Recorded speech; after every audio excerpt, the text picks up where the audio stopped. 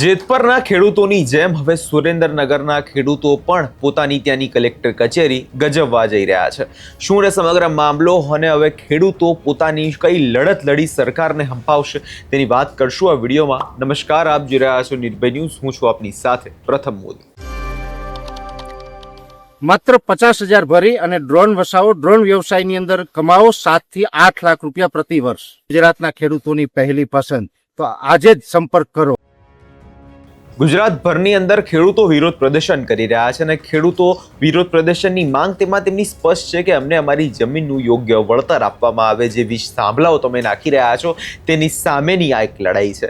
હવે આખા મામલે જોવા જઈએ તો રાજકારણ ઘણું બધું ગરમાયું। આપણે જોયું કે મોરબીના જેતપરની અંદર આખી અલગ છાવણી બની ગઈ અને અલગ છાવણી દ્વારા જ આખું જે ટ્રેક્ટર રેલી જે છે કાઢવામાં આવી હતી, કલેક્ટર કચેરી પહોંચવામાં આવ્યા હતા અને જેતપરના જે ખેડૂતો છે તેમના દ્વારા માંગ સ્પષ્ટ કહેવામાં આવી હતી કે આ જે નવો પરિપત્ર જે સરકાર દ્વારા બહાર પાડવામાં આવ્યો છે તે પરિપત્ર અમને માન્ય નથી।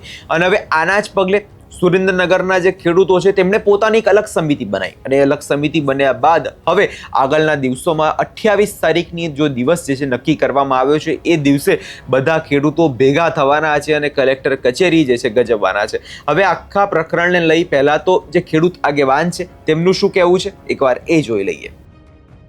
જય કિસાન મિત્રો, 28/7/2026 રોજ સુરેન્દ્રનગર ખાતે ખેડૂત મહારેલીનું આયોજન કરેલું છે। મહારેલીનું આયોજન કરવાનું કારણ કે ઘણા સમયથી આપણે લડી રહ્યા છીએ હાઈ ટેન્શન લાઇન બાબતે અને ગુજરાત સરકારે જે પરિપત્ર બહાર પાડ્યો છે તે ખેડૂતોને અમાન્ય છે। બજાર ભાવના 4 ગણા ખેડૂતે વળતર માગ્યું હતું અને 2 ગણા વળતરની વાત છે અને એમાં આ પરિપત્રની અંદર ઘણા પણ એવા મુદ્દા છે કે વિસંગતતા છે, એના કારણે આ ખેડૂતોને પરિપત્ર અમાન્ય છે।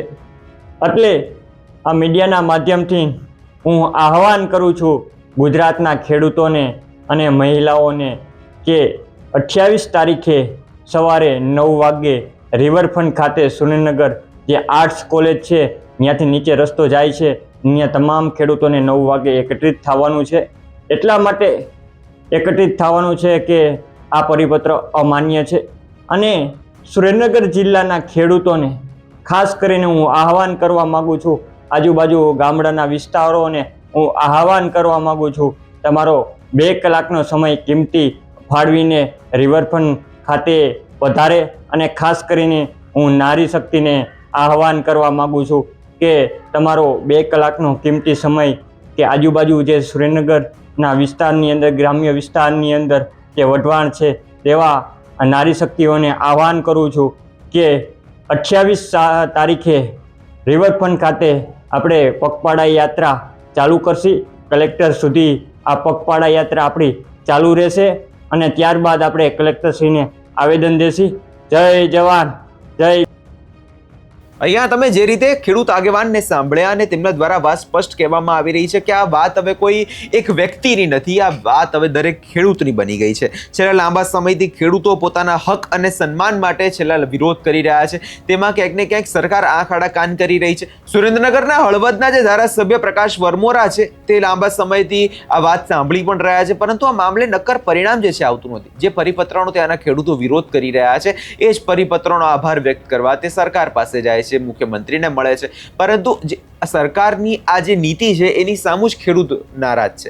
ખેડૂત એવું કહી રહ્યો છે કે અમારી જ તમે વાત સાંભળશો નહીં, અમને જે જોઈએ છે એ જ આપશો નહીં, તો એનો મતલબ શું? હવે આખું આંદોલન જે છે આગામી દિવસમાં કદાચ ઉગ્ર બને એવા પણ પૂરેપૂરા એંધાણ દેખાઈ રહ્યા છે। ખેડૂત આગેવાનો સાથે ઘણી બધી વાર અમે ચર્ચા કરી અને તેમના દ્વારા વાત કહેવામાં આવી રહી છે કે આ આંદોલન 2027 સુધી ખેંચવામાં આવશે અને 2027 સુધી જ્યારે ચૂંટણી આવશે એ સમયે સરકાર અમારી વાત એમને માનવી જ પડશે, કેમ કે તેમને મત જોઈતા હોય છે, કેમ કે અનેકવાર આ જ નિવેદનો આપવામાં આવ્યા છે, અનેકવાર આ જ રીતે વાત થતી હોય છે।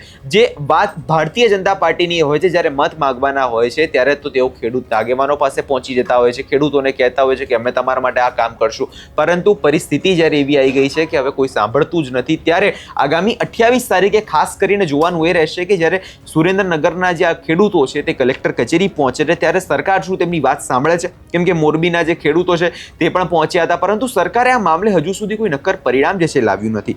આખા જો રૂટની જો તમને ચર્ચા કરું તો આર્ટ્સ કોલેજ સામે રિવરફ્રન્ટ રોડથી આંબેડકર ચોક જશે, ત્યાંથી ટાંકી ચોક અને ટાવર અને સુરેન્દ્રનગર કલેક્ટર કચેરી આગામી દિવસ અમદાવાદમાં 28 જુલાઈના રોજ આ આખો કાર્યક્રમ જે છે રાખવામાં આવ્યો છે અને હવે આજે વિશાળ ખેડૂત રેલી જે ટ્રેક્ટર યોજવાની છે તેમાં સુરેન્દ્રનગર કલેક્ટરશ્રીને આવેદન પાઠવવામાં આવશે અને હક, ન્યાય અને અધિકારો માટે આ લોકશાહી રીતે એકજૂટ થઈ આ ખેડૂતો અવાજ ઉપાડવાના છે. હવે જોવાનું એ રહેશે કે સરકારનું આ મામલે વલણ શું હશે. તમને શું લાગે છે કમેન્ટ બોક્સમાં ચોક્કસથી જણાવજો અને અમારી ચેનલ નિર્ભય ન્યૂઝને લાઇક, શેર અને સબસ્ક્રાઇબ કરવાનું ભૂલશો નહીં.